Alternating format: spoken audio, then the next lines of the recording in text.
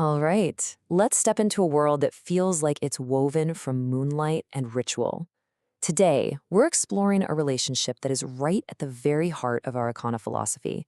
It's this incredible bond of legacy, spirit, and, well, a really profound kind of tenderness. So let's start with this, just a fragment from an Arreqqana poem. It's talking about two people, Karivenna and Jarru, and you can already feel this powerful, almost sacred connection. These lines, they pretty much set the stage for everything we're about to uncover. So, what is this song the poem is talking about? Well, it's so much more than just a simple family tie. Honestly, it's a cornerstone of the entire Arreqqana way of life. It's a bond that literally shapes a person's identity, their clan, and their spirit. And this line right here, this is the key. It just cuts right through any confusion.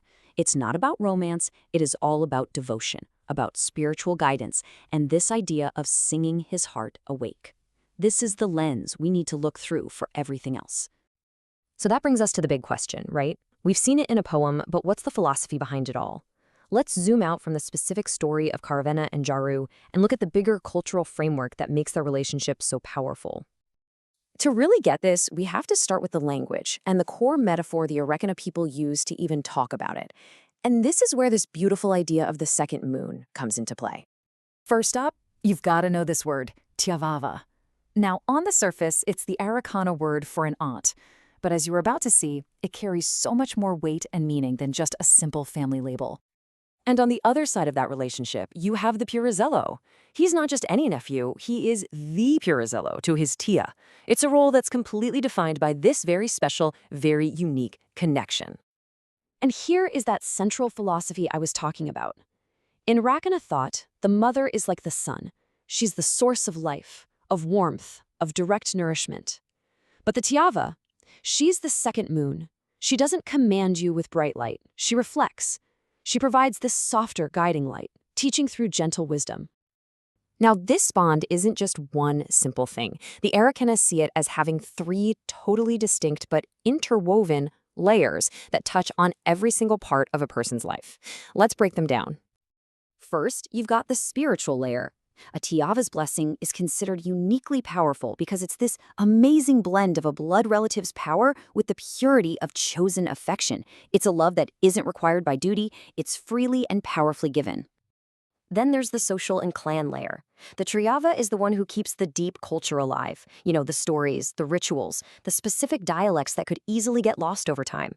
And in return, the Purezzello offers his loyalty and service, becoming a guardian of that heritage right alongside her. And finally, the emotional layer. This relationship creates what they call a safe intimacy.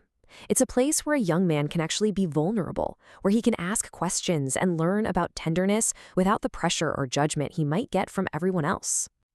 And this emotional role is absolutely vital for their cultural balance.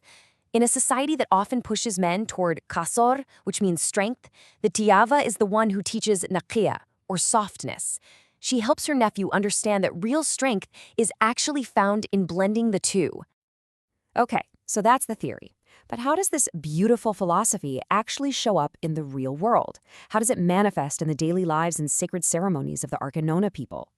You see it in all these tangible ways.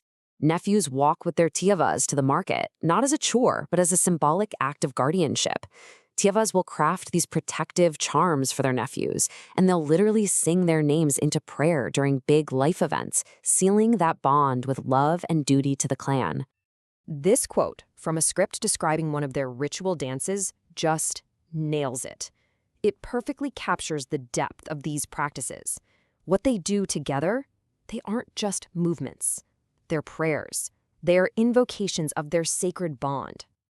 And look at this. This is the Qhiyarra script, the sacred written form of the Arreqqana. This is how a formal blessing from a Tiavva to her Purezzello would actually be recorded.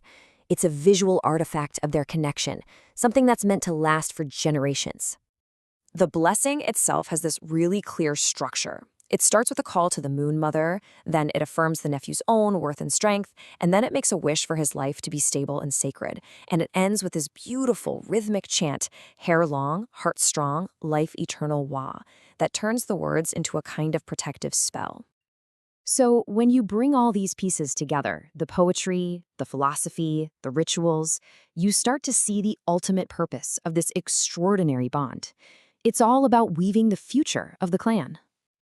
This quote just says it all, doesn't it? She's a mirror, reflecting his potential back to him with wisdom, and he carries her teachings and her spirit forward into the next generation. It's the perfect balance of what they call mother love and moon love. So, in the end, this relationship isn't just some private, personal thing. It's a fundamental institution that weaves the very fabric of Arreqqana society. It makes sure that the thread of their lineage carries forward with both strength and tenderness. And learning about this intricate Arreqqana model, well, it makes you ask, doesn't it? Where do we see these kinds of threads in our own cultures? What relationships in our own lives combine family and mentorship and spiritual guidance all into one unbroken, sacred bond?